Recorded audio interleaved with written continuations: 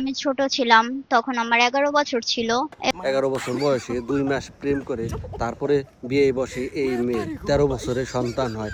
মেয়েদের সাধারণত 12 বছরে ঋতুস্রাব হয়। সেই মেয়ে 13 বছরে কিভাবে স্বাভাবিক একটি বাচ্চা পয়দা দেয়? এই মেয়ে আসলে তিতকরলার মতো দেখতে, ছোট হলেও তিতা আছে ভালো। এই মেয়ে পুরোটাই মিথ্যা বলতেছে। এই মেয়ের বয়স 20 কম হবে না।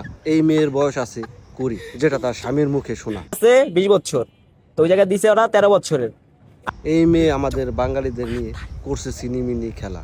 এই মেয়ের আছে আরও দোষ, করে টিকটক ভিডিও, নানান জনের সাথে কথা বলে, অশ্লীল ভাষা ব্যবহার করে। আর এই যে নানান ধরনের ছেলেদের সাথে কথা বলে, এই বলে তামিয়ানসন দিয়ে এটি লেহে আর লগা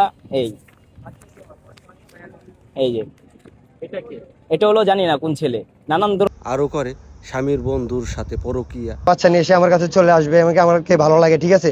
বাঙালিরে বোকা বানানো খুবই সোজা। ছেলে তো আছে ভালো, ছেলে এখনো রাজি আছে, তার বউ বাচ্চাকে নিয়ে সংসার করতে চায়।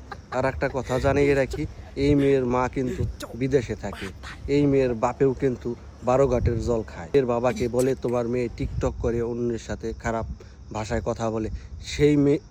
এই মেয়ের বাবা কিভাবে আশকারা মেয়েকে দেয়? কি ভাই, এর মানে আমার মায়ের যে টিকটক করে, তা আমার মায়ের যে না করছে টিকটক করার পরে এরপরে যে টিকটক করে, তা কি লিগা করে, তা আমার মেয়ের একটু না করেন। হ্যাঁ, উঠে আমার বলে কি কয় টিকটক করুক, যা টিকটক করলে টেকা পাইবো।